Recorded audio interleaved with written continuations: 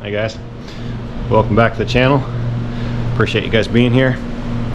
One of my most successful videos and what has drawn more people to reaching out and contacting me for work or for props or for documentation on projects has been the first generation 4Runner that we did a restoration on here about 3 or 4 years ago. And being the Hilux just went out and the next one come in, I figured I'd introduce you to it. We're going to do another first gen, and it's going to be a lot more extensive than the last one.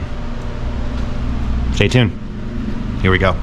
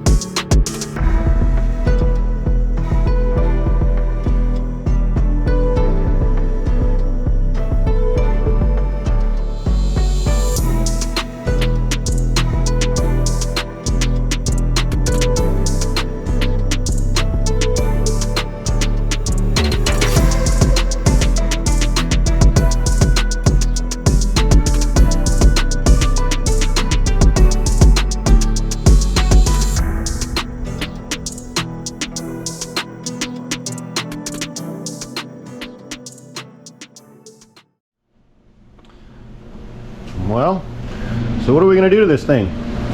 Why is it here?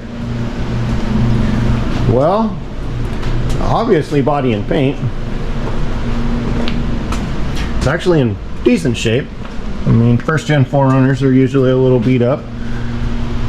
And this one, you know, it came from their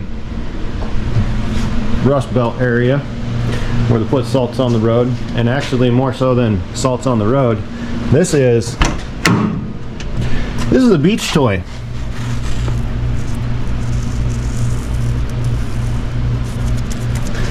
This is a beach toy.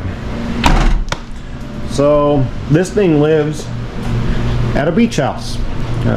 Customer, client who owns this thing has had it for a very, very long time. Doesn't drive it on the daily, doesn't use it in his normal life, but he leaves it at the beach house so that when him and the family and the boys, they all go out to the beach house, they've got something they can run around on the beach with. They can throw the kayak in the back of it, they can throw some fishing poles on the front of it, and they can go do what apparently East Coasters do at the beach. I'm all the way out here in Oregon on the opposite coast, and we'd have a little bit of different activities at the beach, so this one's kind of cool for me to be involved with and be talking with the customer. But anyway, so as the story goes, we want to modernize it, we want to restore it. We're sticking with the first gen 4Runner because of this glorious removable top.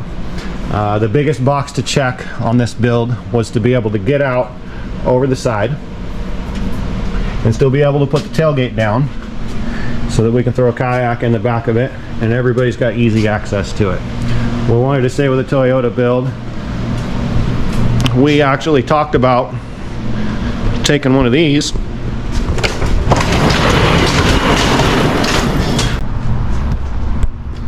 and lopping the roof off about there and lopping this off about there, and then cutting this out of the cab and cutting that out of the bed, and then making a soft top and turn this thing into as close to a 4Runner as we could. But after talking and after going through scenarios and situations, we decided to come back to the one that he already owned. So we're going to go through and do our best at doing body and paint, we're going to talk about motor swaps. We're going to talk about transmissions and transfer cases. We need to address the lift on this thing. He said it rides like kind of like a bucking Bronco, and he'd like to soften it up because it just bounces around on him really bad. Obviously we've got rust issues and bodywork issues, and we even got a little bit of fiberglass issues. The interior's in moderate shape. I pulled this door panel off myself. It's right here because it was pretty much already just kind of hanging off. But we want to go through and modernize in here. Rear view camera, make speakers work, make all the lighting work, make everything, you know, happy, gauges, air conditioning. We're going to try to get air conditioning working.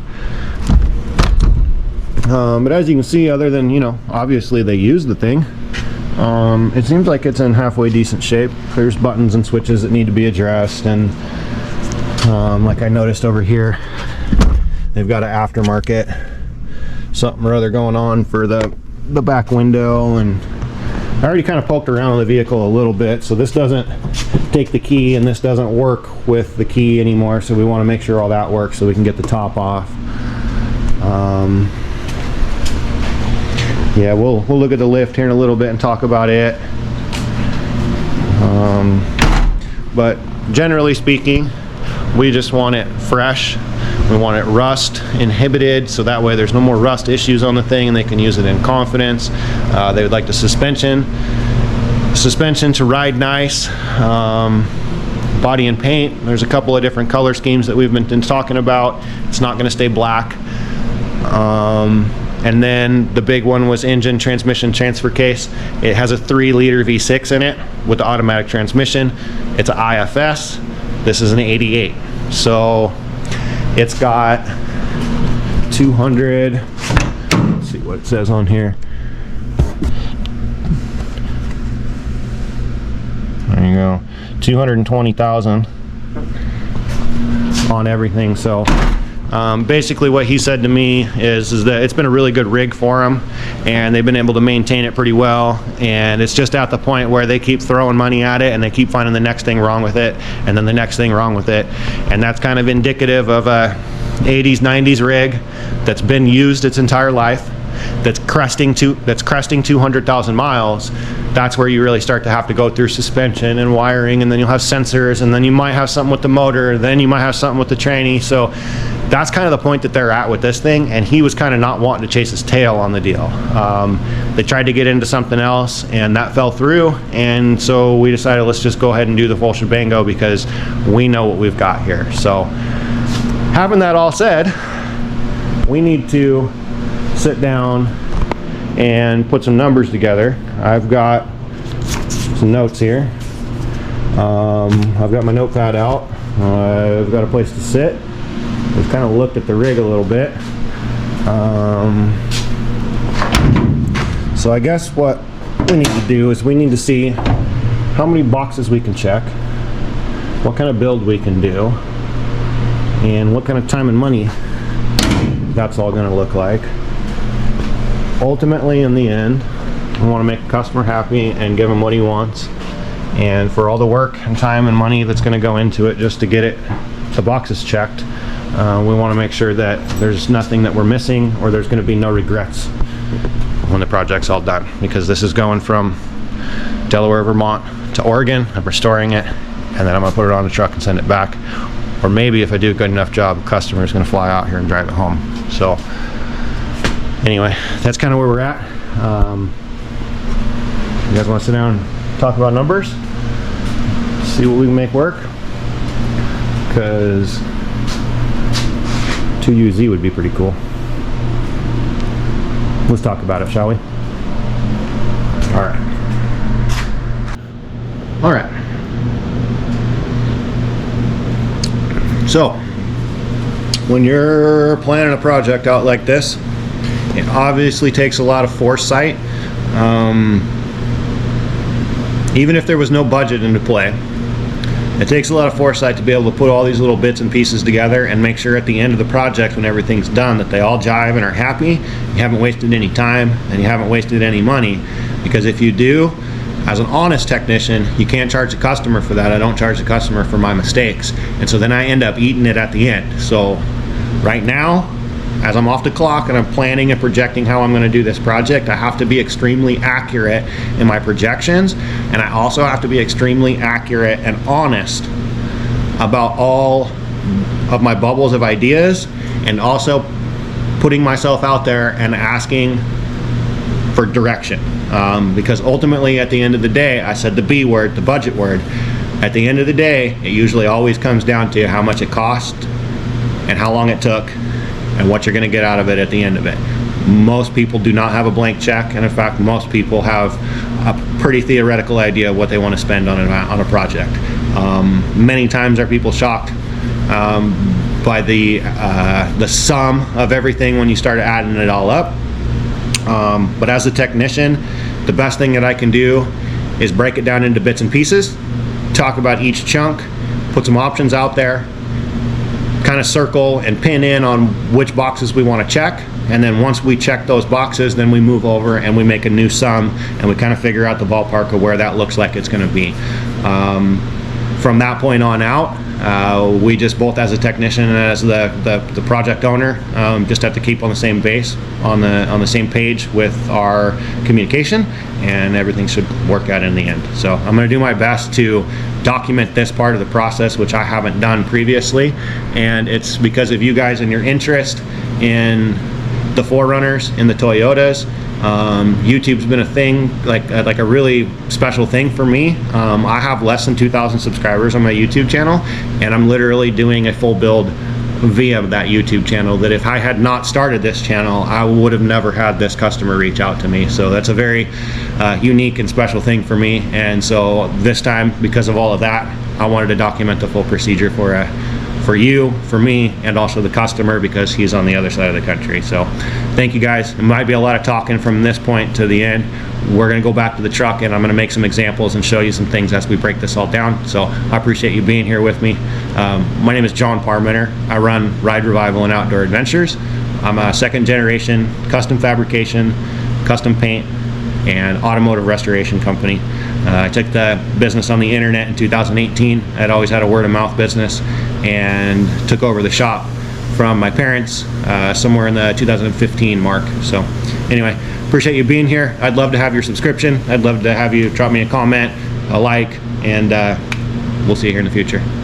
Thanks for being here, guys. All right, so here we go. Where's my notepad? So we got some options here, and I'm going to start to break down the options. First thing that we're going to talk about, and the big question for both me and the customer and the direction that this build is going to go, is going to be powertrain. It's an IFS rig. It's a 3.0 V6 with an automatic transmission and a manual shift transfer case, which means it has high range, low range, neutral. It's part-time transfer case, okay? That thing's got 220,000 miles on it, and the customer has already sent me a list of items on this engine that he would like to have taken care of if this engine ends up staying in the long run. Now, we had talked about the fact that he's at 220,000 miles and doesn't want to be spinning his wheels, and wants to modernize this thing and have to get away and be able to get away from the maintenance, and be able to get away from keeping up on it because it's so old. So having that said, having the fact that it's a 3.0, if you're a Toyota guy, you probably already know what direction we're going to talk about.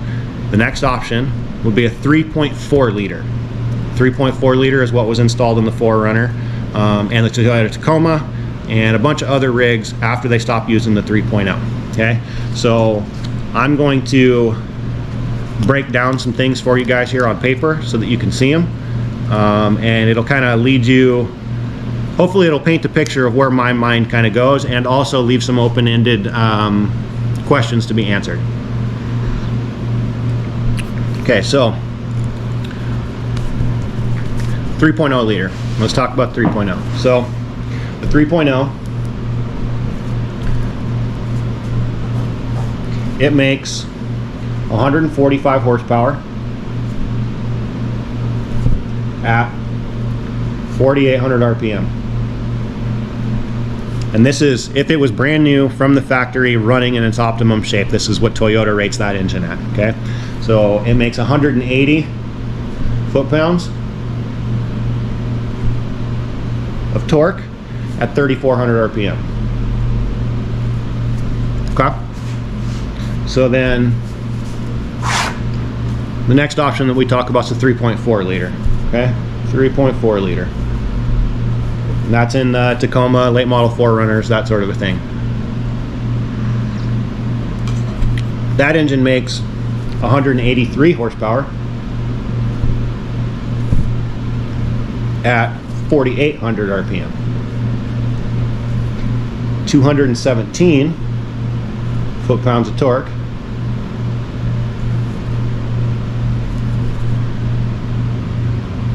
at 3,600. Okay?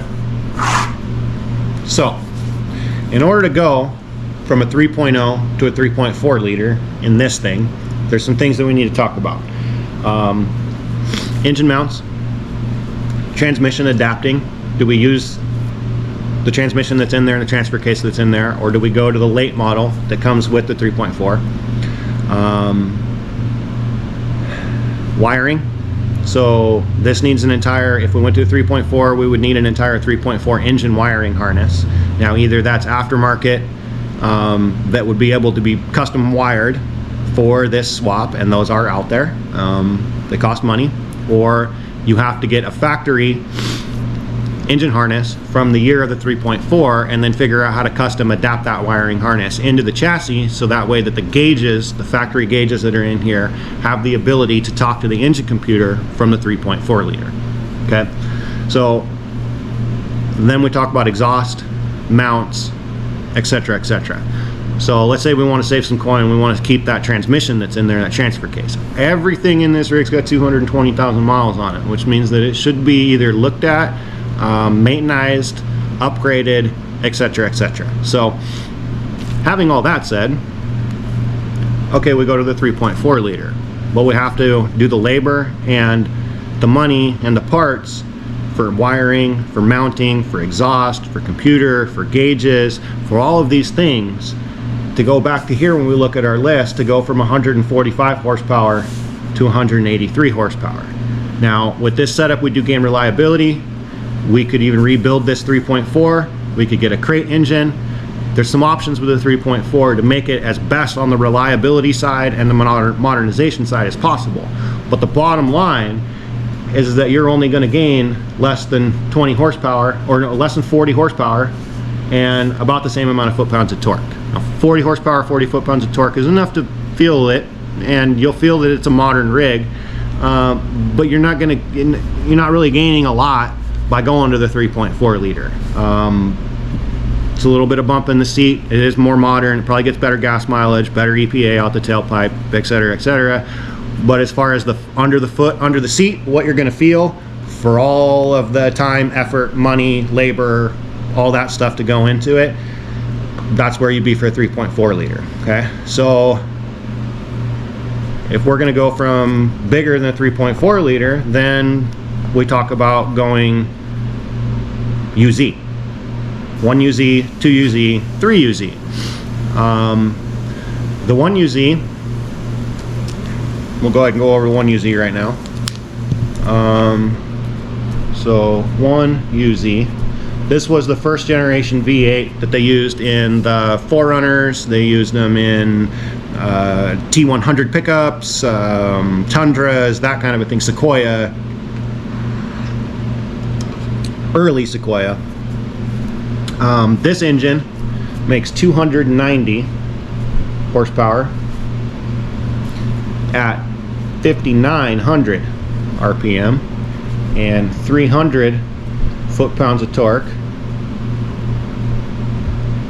at 4,100 RPM. Okay. 1 UZs are pretty hard to find, and they're very sought after. The aftermarket and the Toyota guys are really getting to a point where they're buying up all these 1 UZs, and they're harder to find and they're more expensive. Probably going to be a used platform that we would still have to either go through the rebuild process or run a used chassis. Then in the long run, when we look at it, we go from your 3.0 at 145 horsepower to a 1UZ at 290 horsepower. That's a big jump, right? So we're gonna feel like, oh man, that's gonna be killer under the seat. But here's the clincher that we need to look at, is the RPM that this makes peak power at. Okay, so your 3.0 liter back here makes its peak power at 4,800 RPM. If we go to a 1UZ, it makes its peak power at 5,900 RPM.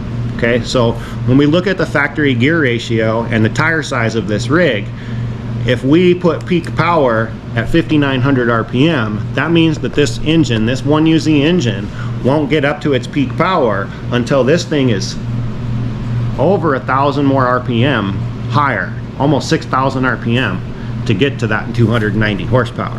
And having that said, that means those tires are going to be spinning a lot faster, the drivetrain's going to be pushing a lot faster, and you're not going to make the same amount of power you could down low where it really counts, especially in the sand where you're sitting idle and you want to go off idle and woo up the dune, or you want to take off, or you want to pull somebody. You need that low RPM bottom end torque. That is where the 2UZ comes into play. Well, let's put 2UZ right here. 2UZ. Okay. The 2UZ makes 271 horsepower.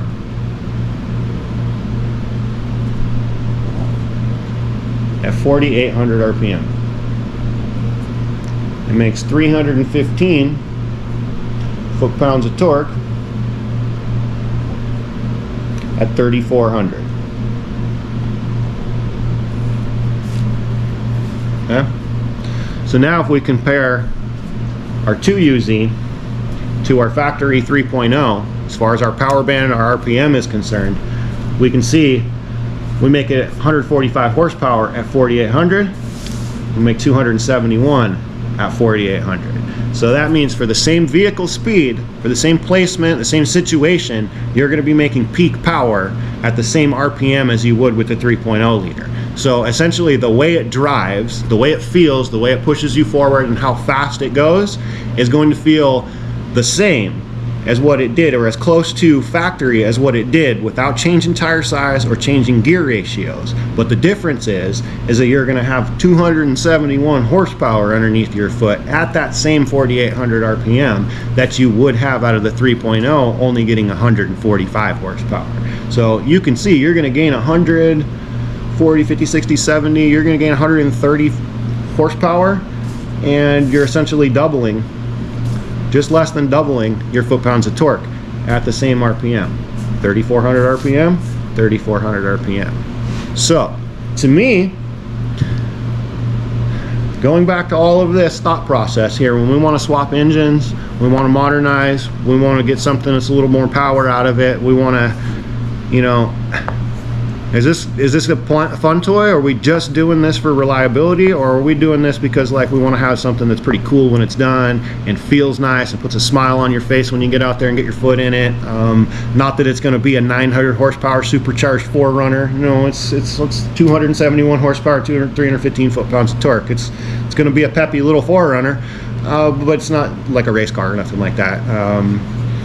Having all that said, to me, for the investment level that you would have to get to for a 3.4 liter swap, it almost seems like jumping to a 2UZ is the way to go because of this amount of power. With the 3.4 liter, we're not really getting much under the foot. And if we went 1UZ, which is a popular swap, our RPM is going to jump so much to get to that peak power that this thing is going to feel like a race car. Like when you step on it and it goes, it's going to want to get up to higher RPM, which is going to push the tires faster, which means you're going to be up to a lot more speed before you feel that pull. And I don't think that that's what the customer is going after.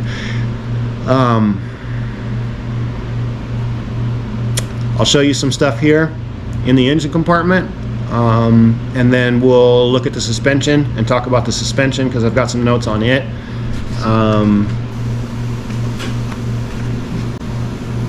And then we can come back and we can put some numbers to this stuff and see what it actually looks like on paper for numbers.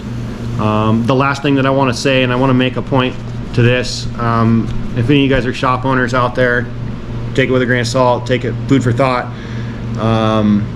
There's a philosophy that I learned, and there's a crossroads and a double-edged sword. Okay, this is something my dad taught me. I'm second generation. He said to me a long time ago, and I learned this the hard way: do not be in the business of telling other people how to spend their money, and do not be in the business of telling people what they want to do with their vehicle. Let's let that sink in for a second. Okay, it's not my vehicle, and it's not my wallet. Even though I have a vision, even though I have an idea, an ideal of where this should go, where I think where I want to take it, it's not my job to spend the money, and it's not my job to tell the customer how he should build the vehicle. Until you run into those customers that trust you over the internet well enough to send you their vehicle across the country, not being a car guy, not really knowing much about Toyotas or restorations or custom builds, and trusting and having faith in your work, your ability, your direction, and your passion. And I've been at this crossroads, at that crossroads, with a couple of customers here lately, and the only thing that I know how to do is what I was taught to do a long time ago, and hang my hat on honesty and just put myself out there like I am right now and show you what my options look like and explain it to the best of my ability, and put a little bit of gravity on my personal opinion, which is all that is and is nothing more. But ultimately, I don't care. I care, but I don't have an ultimate concrete influence over where I'm not going to be butthurt if somebody picked one of the three and said that's the direction that I want to go, that's what I want to do.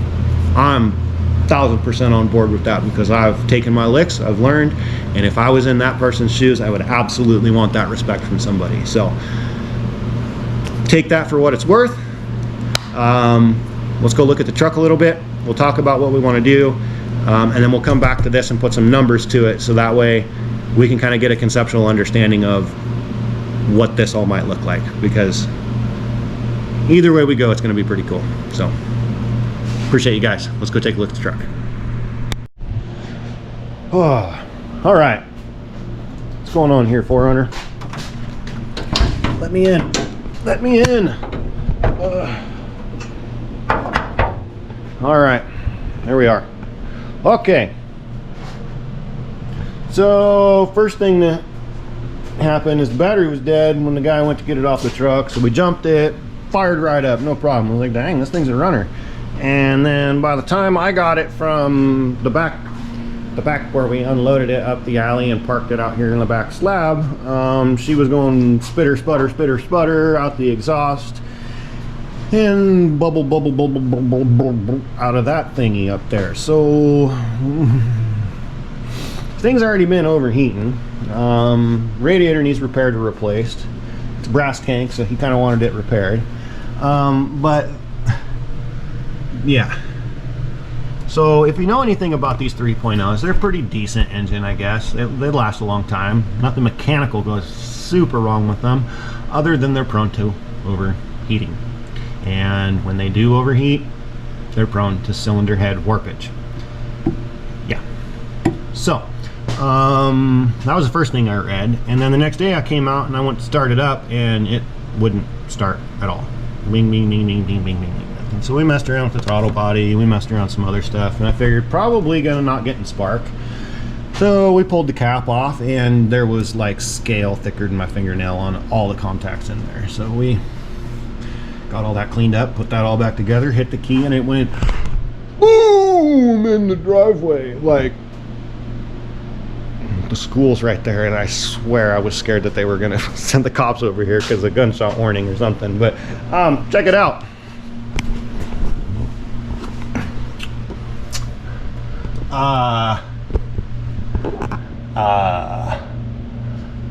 Yeah, so that happened. I don't know. Like I said, it was just got off the truck. So yeah, we put all that back together, and it's spun up and fired up. So it idles up and then kind of blip, blip, blip, blip, blip, blip, and this thing needs work now. Okay, so 220,000 miles. Again, transmission's an auto, so if we're going to pull this out and work on it, there's no sense in not pulling it out if we need to work on it, because we should probably put head gaskets, resurface it, do the timing, do the bottom end bearings, make this thing new again, and put it all back together. Do we want to do all that? It's going to be thousands of dollars to do that to a 3.0 EFI, and then we still have a 3.0 with 145 horsepower. So that thing's going to come out. So going back to our previous conversation, do we do 3.4? Do we do 1UZ? Do we do 2UZ? Okay. Either way, we got to make all of this computer stuff right here and over there. We got to make it talk to these things up here. Okay, these right here with the needles on them, we need those to work. Or we need to replace all of those with something that can talk to the new engine that maybe kind of looks like that. This is the 7-inch version. You know, and this is the Holly version. There's a bunch of ones out there. We could definitely find something that's long enough and touchscreen and all that fun stuff, so that way if we did go 3.4 or UZ, we could just do aftermarket custom standalone ECU and then talk to aftermarket gauges. Okay, now we're starting to rack up a little bit here. How far are we going to go? So then I started plugging in and looking and seeing what's possible. Well, the Hilux restoration that we just got done with, that's owned by a good buddy of mine who also runs a company called Northwest Toys LLC.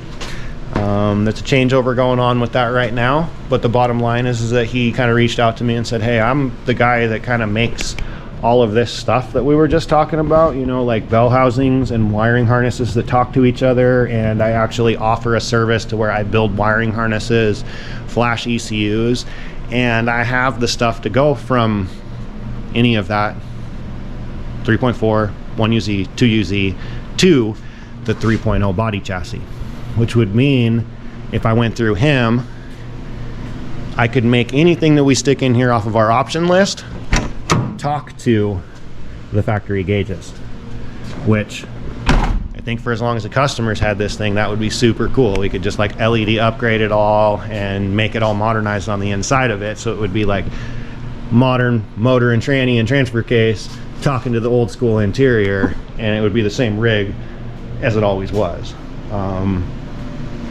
So that's kind of where I'm going.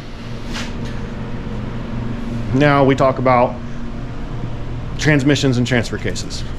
If we're going to do a motor swap, I don't really want to stay with the 220,000 mile transmission that's in here, and it's not the strongest transmission that Toyota made, especially if we're going to go a motor swap. Okay, so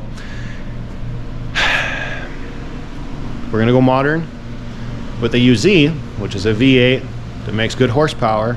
I think we also ought, and we're sticking with the automatic, I think we ought to go to a 4-speed or even the new 5-speed.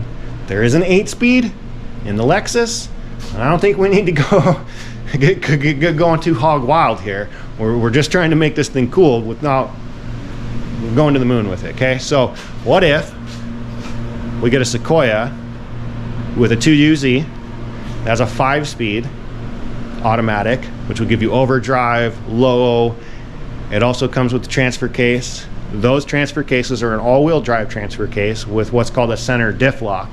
This doesn't have that. This has a regular part-time transfer case with a stick, clunk, clunk, clunk. You shift it, you can feel it. Good, manly, good shit, okay? So I'm like, okay, well, we can just get a donor Sequoia and slip all that stuff out of it and slip it into here. And then through Northwest Toys, I can get the headers, the wiring, the computer, and everything that I need to, and the motor mounts. They even make the motor mounts for these swaps. Yes! To where I could literally just get a pile of parts and an engine and a transmission and a transfer case, and I start bolting all that stuff together, slide it into the chassis, clean that stuff up before we do, and then plug in all the wiring and get everything talking to each other. We literally wouldn't even have to change the sending unit and the fuel tank, the gauges, none of it. We'd just like plug and play that unit right up in there, okay? All right. Well, if I get a donor rig, then I got to charge the customer for dismantling the donor rig to take all that stuff out. Well, they got to be available. It's a 2UZ and a Sequoia. Yeah, they're all over the place. Okay, so I can get an engine, a used engine with a 90-day warranty, under 200,000 miles. And that's the other thing is these 2UZs is when you change the engine oil on them, when you do the timing belts and you do that thing, they like, my buddy's driving one in a Lexus that has like 360,000 miles on it. Like they're a tank of an engine that was made for SUVs and trucks. Glorious. Okay, so let's look around for an engine, and then let's find that 5-speed transmission. We don't necessarily want an electronically shifted transfer case, so what could we stick behind it? Well, the FJ Cruiser, the Toyota FJ Cruiser, it's got the same motor and transmission with a stick transfer case. Oh, okay, cool. I can get those for like $500 to $800. Boom, plopped at my door. Cool. So we'll get motor, transmission, transfer case, bolt all that together. How much is that going to cost? Okay, well then let's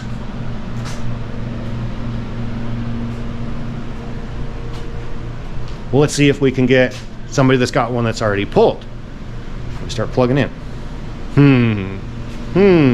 Oh, well then, notepad. Yep. Let's go back to the notes. Okay. Was that a lot? That's what I mean. We got to make sure that we're going through all the options and we're touching all the bases and we're not leaving anything out, so that way I can be as honest as I can and hang my hat on it and be like, look, this is what I've got. Give me some direction and I'll take that ball and I'll run all the way to the end with it. And you just tell me what you want. I'll make you happy and make sure that this is cool. Okay? Okay, so let's go and we'll talk about, well, let's pulling and rebuilding the 3.0 and the automatic and the transfer case. You're going to be into that 5,000-6,000 probably for all of it, and then we still got to take the labor, take it out and put it back in, and then you're still at the same. So let's go down here and let's put 6K rebuild for the 3.0. Okay, 3.4 liter. Okay, we need to do harness. Well, regardless, let's do it this way. Regardless of whether we do a 2UZ, a 3.4, or a 1UZ, we're still going to need the harness. And that's 3K. We need engine mounts. 175. We need the exhaust headers. It's 1,200 for the swap headers, and then a steering shaft for 100. Okay, all of that comes out 33. And this is what we would need on top of either one of these. So we'll start there. 3.4 liter. If we got one, more than likely it's going to be used. Or let's say we go crate. A crate engine is anywhere from 4K to 6, depending on where you get it from and how much work you have done to it. So we're already kind of same here. And then we still have the transmission to worry about and the case, plus that.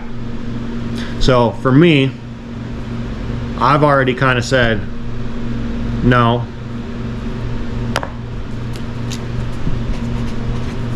and no to those two. The 1UZ we've already also said no to because of its RPM. That puts us all pointing at the 2UZ. So let's focus in on 2UZ and see what this actually takes to do a 2UZ with a 5-speed and a transfer case and the wiring and the whole bit to be able to put this thing together. It's escalating quickly, isn't it? I don't mean it. I don't mean it. But yeah, I know how badass next thing's gonna be if we actually can pull it off and do it and keep everybody happy and everybody wins. Man, this thing's gonna be wild. So wild. Okay, so I'm talking to Northwest Toys about all the stuff that I need to do this 2UZ swap, and he says, you know what? I've got a 2UZ and it's getting rebuilt.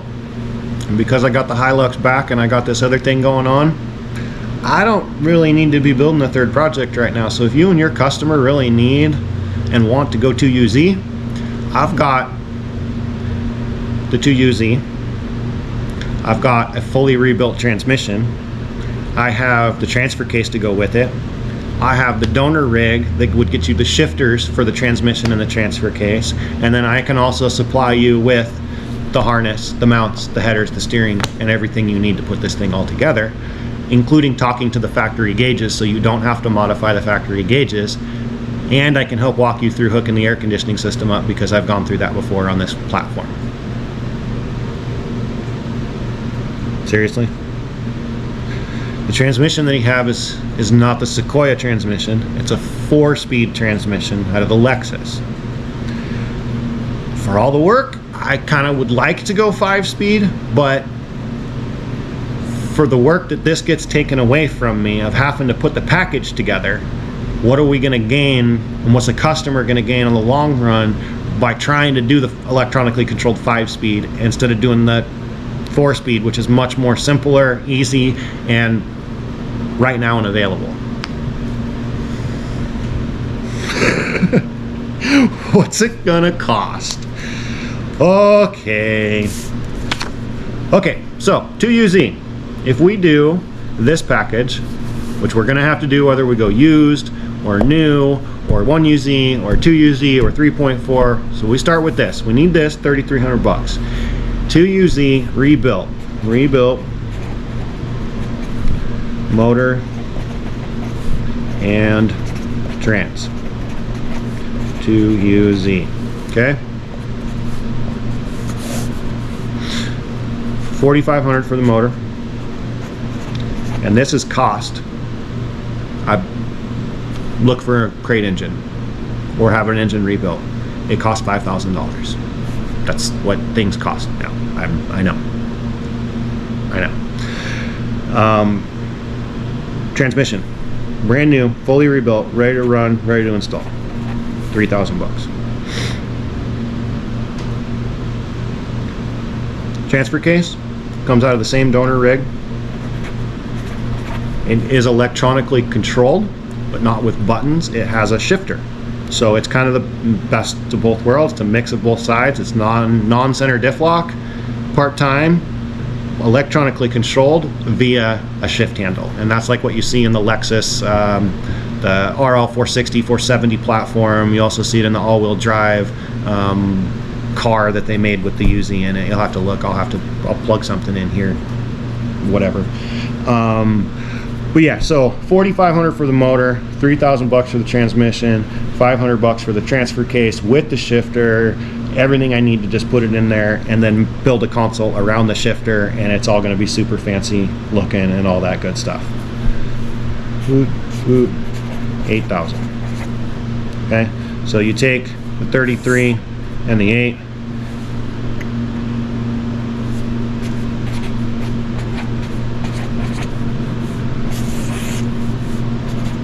$12,500 cash money out the door.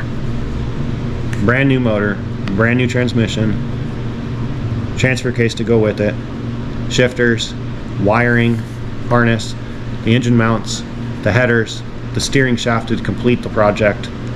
It's all pretty much plug and play. I got to build the motor mounts from a DIY kit, install them into the vehicle, remove this motor tranny transfer case, hang the new motor tranny transfer case, install the wiring, put cooling system in. I mean, we'd have to do something else for a radiator, probably a Sequoia radiator or something like that that fits in there. That's easy to overcome. And fire it up, do some custom drive lines, maybe in the front, maybe in the rear, just depending on where they land, but that's minuscule in comparison to this. I know a driveline shop that I can just probably have these ones modified. It's already IFS rig, so the drop on the transfer case would match up to everything, and all of this would be mated together. Okay, this price tag right here is $12,500. I get it. That went a lot further, a lot faster than what I thought it was going to. But we are talking about brand new motor, brand new transfer, or brand new motor and transmission, the transfer case, everything to go with it, and the wiring. It's like literally all brand new, and based off of our list and our methodology to get us there, it's the best engine and transmission that we could put in there. So you're getting like the best of the best of the best at this price. And for me, the technician, it's all plug and play. I literally build the motor mounts, bolt them into place, clean the engine up, do the gaskets and stuff that we need to do on it, and slide that sucker into place and get going on it. God, that sounds wild. But it's possible. I've talked to the man. Like, he's on board and wants to help me. So, okay, so this is too much, right? Let's go with that. This is too freaking much. I don't want to spend $12,500 on just my engine and transmission. I wanted a paint job, I wanted my suspension fixed, and I wanted something that was reliable. Okay.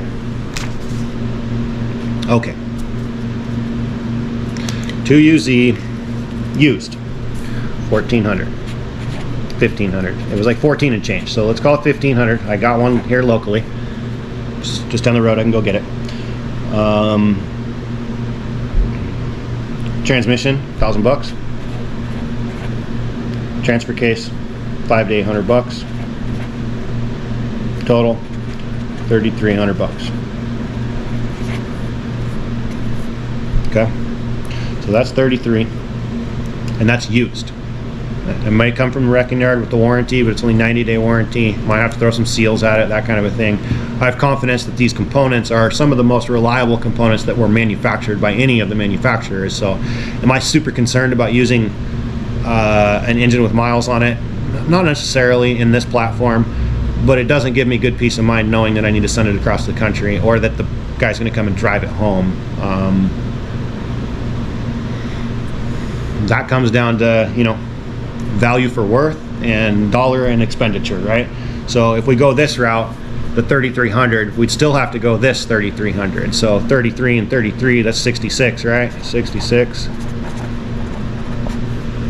Okay. And then in this route, we still got to get the stick shifts, the radiators, the exhaust, you know, that kind of a thing. So the 6,600 will grow by a little bit to get the accessories that we needed, like the shifters and electronics and that sort of a thing. In the midst of all of this, I found a package on Marketplace. And the package on Marketplace is the engine, the 5-speed transmission. I think it might have a transfer case with it, but it's not the FJ transfer case that we're going to want in the long run. So we could take that transfer case and sell it, and then buy the FJ case that we want, which would give you the manual shift on the inside of it. It does have a computer that's flashed and a wiring harness with it, but neither I or the man trust it, and I would prefer just to do the Northwest Toys, so I know that it's good, warranted, and all that good stuff. His package is available for $2,500.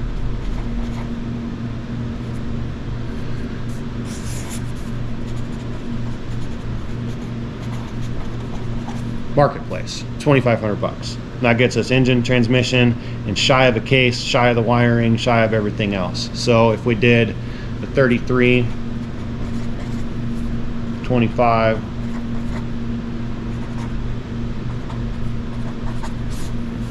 $58, used, new, 58 from 66. You can kind of see where we're going with this whole prop. So no matter which direction we go, this roadmap tells us, okay, no matter what direction that we go, 3.0, 3.4, 1UZ, 2UZ, other than this one right here, this figure down here, for a brand new kit, we're all in the same ballpark. 66, 6,000, 4 to 6K.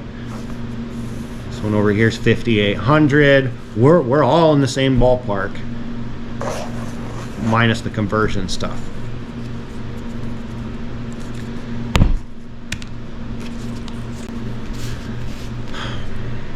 So that's what it comes down to. Do you want to save a little bit of coin?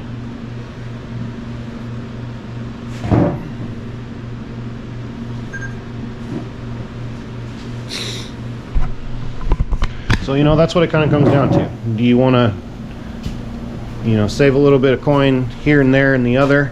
Because the reality is that we got to do body and paint regardless. And knowing that we're not going to go show quality, but there's still quite a bit of rust, repair, body panels that need to be changed. Like, there's a figure there, a variable figure there, that we still have yet to cross that bridge with. So if we sign ourselves up for too much on this list first, that means the sum of those two categories could be too heavy or exceed the customer's bottom dollar, or I guess the best way that I can say it is it exceeds the value of worth for the client to do the work and invest the money into the platform and the job.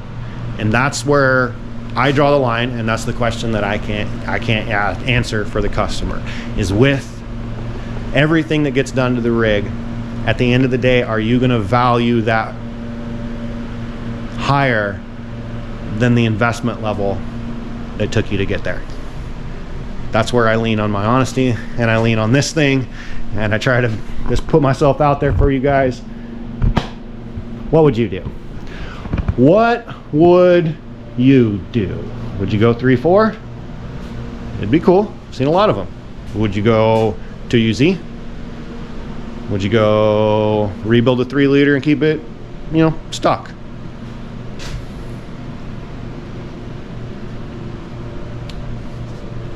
My opinion would be grab the package off Marketplace that's used, 2UZ, 160,000 miles on the swap, comes with the 5-speed transmission, comes with the shifter, comes with a transfer case that we can sell. It gets us really, really close to where we want to go for 2,500 bucks. We roll with that, and then spend the money on the conversion wiring harness, the exhaust headers, and everything that we need to basically plop that unit in here, hook up the computer, hook up the wiring to the gauges on the inside of it, and then from here back can all stay the same as it was, and then from here forward and underneath gets all modernized. That would get you somewhere in the $8,000 range as far as parts and that kind of thing is concerned. It doesn't get you all the way to the 12,500 figure, but you still get the 2UZ, you still get the 5-speed, you still get all the fancy stuff that you want, knowing it's under a 200,000 mile engine and transmission that you're putting into it. If that used engine and transmission does not give you the peace of mind for the money that you want to invest, then that's where I would say and suggest that it might be time to pony up the coin and go for the new stuff, the new engine, the new transmission, and then you've got all the boxes checked. You've got brand new engine and transmission in there giving you the ultimate in peace of mind. And then we can just move on and get to the body and paint. Like I said, it is not lost on me that the 1, 2, 3 makes a giant sum at the end of the deal. And to be honest, once we start down the path, the variability starts. Well, I guess not the variability. Once we start down the path of these directions, there's not really any going back and going the other way. You're going to be invested into it no matter what we do. But once we pick a direction and we go on that direction, it's going to come out the way it's going to come out. It's going to take as long as it takes. And, you know, to the best of my ability, keeping it as low as we can, is going to cost what it costs. So those are the points of evaluation that I have on powertrain, motor, transmission, transfer case. Like I said, I think we go to UZ 5-speed FJ case, whether that's the used version or whether we go the new version in the 4-speed. I'm open to any of that, but that's what I think we do, to skip V6 land. Alright, so the last thing we need to talk about is this suspension down here, right? Alright, well, let's get something that we can lay down on, and we'll let's give her a look-see, shall we? So it's IFS rig, right? We talked about IFS. We're going to stay IFS because we don't want to link it. I mean, he's not going to make a rock crawler. He's not trying to do anything wild with this thing. But he definitely wants the suspension to ride much better than what it does. Oh yeah, we got good oil leak down here. And okay, so it's got an Old Man Emu kit on it. And for all of us four-wheel drive guys know, what's Old Man Emu famous for? Riding like a bucking bronco. Not only that, but this is a torsion bar front IFS system, which means that it rides on a torsion bar and not a spring. So it's got a bar that runs in from the back of it and hooks up to the A-arm, and then you twist that bar, and that bar gives it tension and suspension ride, and then it can flex and it rides on that torsion bar. Well, as I'm inspecting this suspension system, that torsion bar is cranked all the way up to get these A-arms to be at that sort of an angle. And then when you're looking, here's the factory bump stop, and you can see that it's all the way torqued. There's the torsion bar right there. That torsion bar is all the way rotated down here against the bump stop. So it's pushed all the way down, but it has no more downward travel on the suspension. So if the rig picks up for any reason, there's no downward travel on it. So it's basically just ding, ding, ding, ding, ding, ding, bouncing around up here like a kangaroo. And you can see that it definitely needs some geometry correction here on the front of it in order to make even the front ride better. And the front wasn't what his complaint was. His complaint is actually that the back ride's too hard, and I'll show you why the back ride's too hard here in a minute. So what my plan is up front, and what I'd like to do is I'd like to get an actual lift kit for this thing so we can get rid of the torsion on the torsion bars that's jacking this thing completely down, and we're going to lower the mounting points of the A-arms, so that way this tire can stay at its relationship where it is here, but we're going to lower these mounts down here to make this A-arm true flat and true flat, so that way it's got up travel and down travel. It will also drop the differential down and correct the CV axle angle, which is going to help us when we put more power through this thing, because at that angle those CV joints are going to want to break pretty easy on you. So I'd like to do a kit, a lift kit, and it basically just drops all this down, drops this down, and then there's a knuckle that goes into place over here that moves the tire down and then corrects the geometry of the factory suspension so that this thing could kind of ride a lot more closer to what it was supposed to from the factory. So that'd let it just, you know, it's supposed to be a beach cruiser, man. We don't need it all stiff as a board. We want to be able to float up and down the beach, right? Right. Okay, so let's go back here. Leaf springs. Yes, leaf springs. Covered wagon stuff, right? Yes, covered wagon stuff. Again, Old Man Emu. See? And they ride rougher than shit. So, and especially these packs, they are famous for all their platforms for just riding rough. And you can see that they've got an overload bolt on them. They've got two overload packs at the bottom. And then also their second main cradles the first main. So with this being cradled here, it's very strong. These are way less susceptible to breakage. But because of how strong and stiff they are, they don't ride very well at all. They just beat the snot out of everybody that's ever had them. So we got to try to soften this up, and I'd like to replace those shocks, put something decent in there, you know, middle of the road. And then this shackle angle. This shackle angle is the biggest culprit of why this thing rides like a bucking bronco. I'm going to do my best to explain it to you here. From its mounting point here to here is 90 degrees. Okay, let me grab my square. That'll help. I got it right here. Here's my square. Okay. So this thing's mounted. Look, it's pretty much 90 degrees. You might have 5-degree pitch back towards the rear, but what you want on this shackle is you want 45. Yeah, 45 degrees. This thing should be sitting like that, to where this shackle is kicked back this way at 45-degree angle. Now the reason for that is because when you look at this suspension system the way it is, this at a 90-degree angle, it doesn't allow it to move forward and back.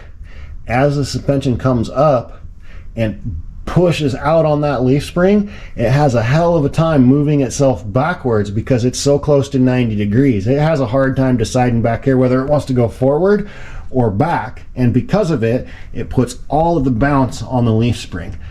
And with the leaf spring being as tough as the leaf spring is, it just, like I said about a kangaroo, this thing probably just ding ding ding ding ding ding ding ding all the time.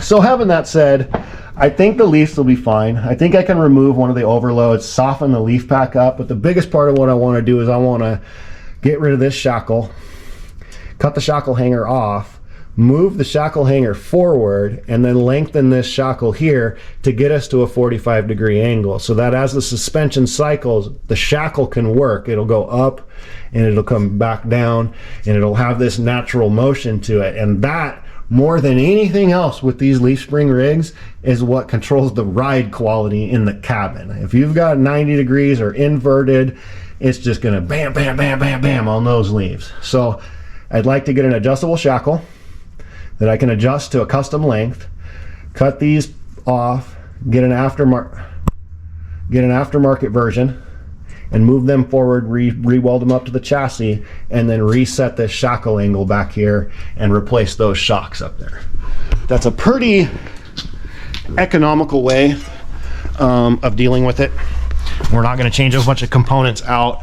Going back to the front, I don't think that we need to do like aftermarket fancy A-arms or anything like that. Like I literally am just going to order I think it was a super lift kit that had good components in it, and then I'll poke around and find some middle of the road shocks to get in there. The shackles and the shackle angle kit, I can order those from Rough Stuff. There's a few fabrication companies out there, and that's not a big deal at all. But I mean, I could do probably all that work in one day, have it all taken care of, prepped up, ready to go, move away from the suspension, and be ready to focus on motor, tranny, and body work. Okay. Interior. Okay. Interior. So if we can stick with the factory gauges, and I can pretty much clean, detail all this stuff up. Factory computer stuff, a lot of that'll go away.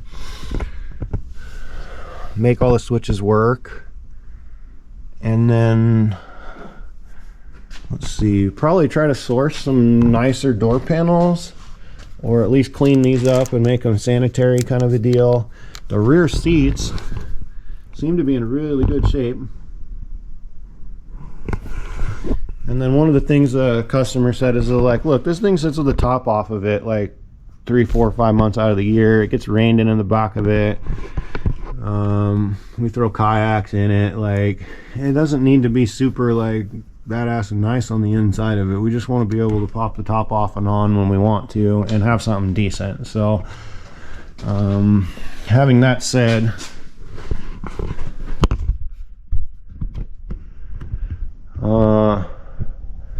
you know, I think we could just either clean those plastic panels up on the inside because they don't seem to be too bad, or we could even run some like custom side panels along the interior, and then just do like a rhino liner on the floor, and maybe even up in the front footwell. It's got carpet in it now, so I'll have to talk to the customer, find out whether he wants to stick with carpet or whether he'd like it like the Ford was, and all raptor linered on the inside of it, so you can garden hose all this stuff out of it. because, you know, they use it. But either way, it's fine with me, because it looks like the carpet could stop right here at the back seat, and most of it would still be underneath the top, even if the top was off.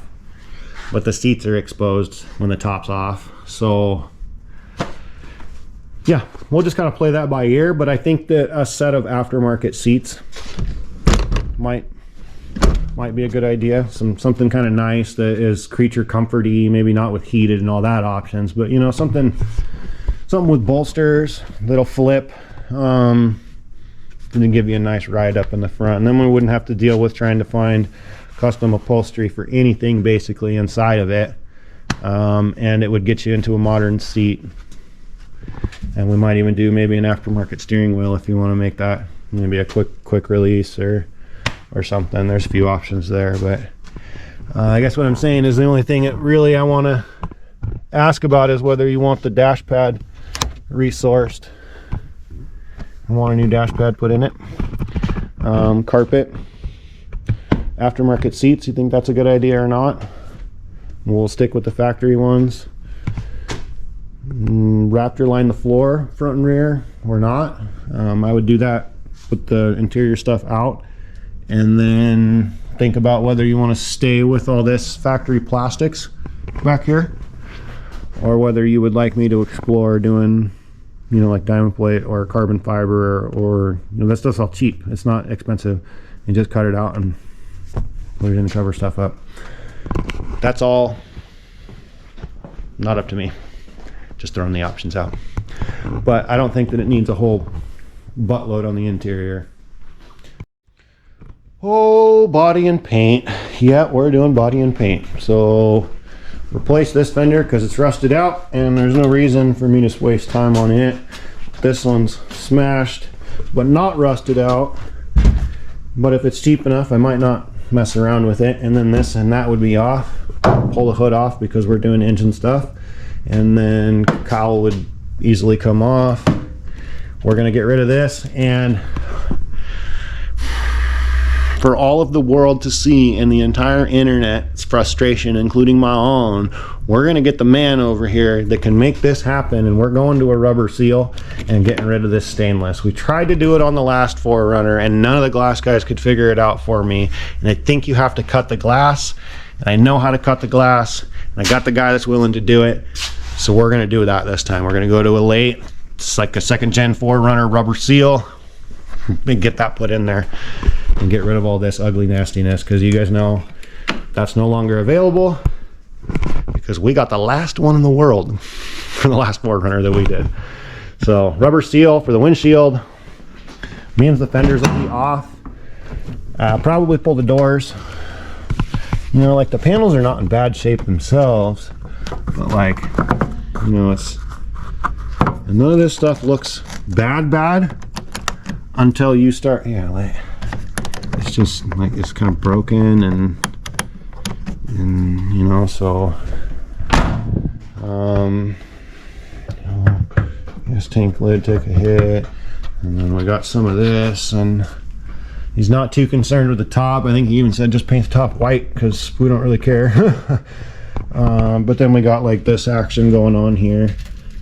You know, the wheel well on the inside, the wheel house doesn't seem to be rotting out real bad, but we got to get this trim off and get this off and get the bumper off. The rear bumper is really beat up and twisted. It looks like it probably been pulling on stuff with it, or maybe the boat hit it, something like that. But having that said, and then if we go up here, yeah, so we're gonna have to fix that kind of stuff. I think it needs a rocker on this side. Yep, needs a rocker on that side. So we'll do some of that. But we go up here and we look at the front. Man, it's like got all of its original cladding on it still. Like the steel cladding on the bottom of the bumper, the factory chrome bumper that I can clean up really nice. I can retreat this stuff back here, clean the grill up. Like I could see this thing coming down the beach and just looking OE pretty. You know what I'm saying? I'd love to have a winch bumper or something aftermarket on it, but man, This thing's gonna look super cool with that, like that, right? So having this set in the back, I think maybe we should look for an aftermarket rear to kind of do away with some of this hooky junky shit that's going to be really hard to find. It's factory. And then go to something that's aftermarket that we could maybe even put recovery points in, or find a hidden winch cradle if you want me to put a winch in the back of it in case you guys do, you know, boy toy things with it on the sand and need to yank yourselves out. I could figure out a way to get something back there. But it would kind of kill 3 birds. It'd get rid of this. It would give us something nice back here, and then also maybe a recovery point for it, I guess. And also at the same time, let us keep this right here. Like, that's all super cool. So I had a 4Runner original stuff. So that's kind of what I think for the exterior. There's no reason for rock sliders. There's no reason you get, you know, like any of that other stuff. You guys aren't four-wheeling it. I totally get it. It's beach rig. But yeah, that's just kind of what I thought on the bumpers of it. I don't think you need, like I said, sliders, unless you want step bars so you can get in and out of it. But it's going to be about this height when you guys get it back. We're going to keep those tires. He wants white walls out. And then we'll decide whether we want to repaint the wheels or not, because we're going to pull the tires. Fix all the body work. And then there is a drip rail that's ripped off here, so I'll have to get to figure out whether I want to fix that or not.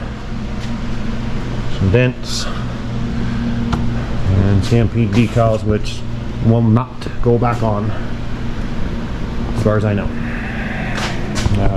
And then because we're doing a rocker, we can decide whether we want to put those back on or not.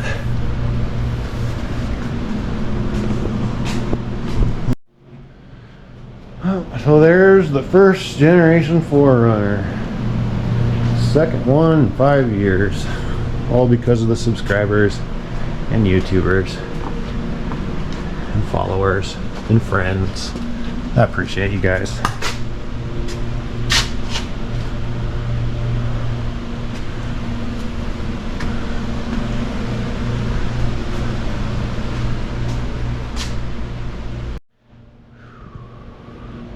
What do you think, guys?